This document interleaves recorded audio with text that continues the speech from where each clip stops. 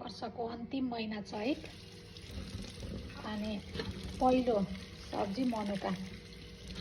कसैले यसलाई मनुका भन्नुहुन्छ, कसैले सोइजन भन्नुहुन्छ अनि कसैले ड्रमस्टिक पनि भन्नुहुन्छ होला।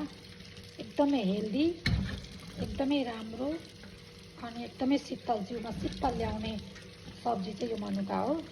आज पहिलोचोटि म बनाउँदैछु। पहिलोचोटि भन्नाले फेरि यो वर्षको चाहिँ पहिलो है, यो वर्षको चाहिँ पहिलो हो। नत्र भने अब चाहिँ हाम्रो घरमा विशेष गरी सब्जी पाक्ने नै यही हुन्छ।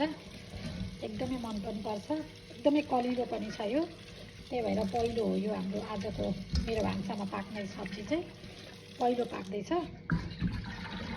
अब चाहिँ लगातार पाक्छ।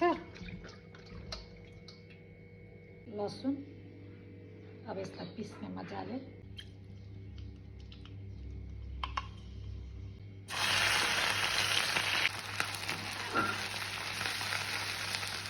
कलिलो छ, त्यही भएर यसलाई उसिन्ने बसाल्नु पर्दैन। आलु पनि राखिदियो।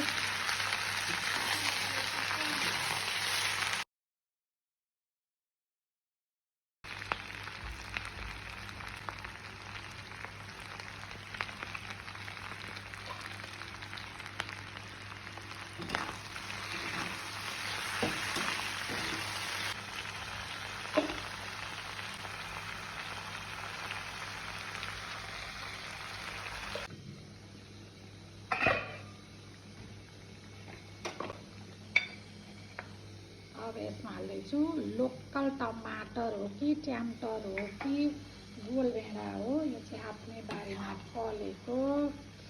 अब यसलाई मिलाएर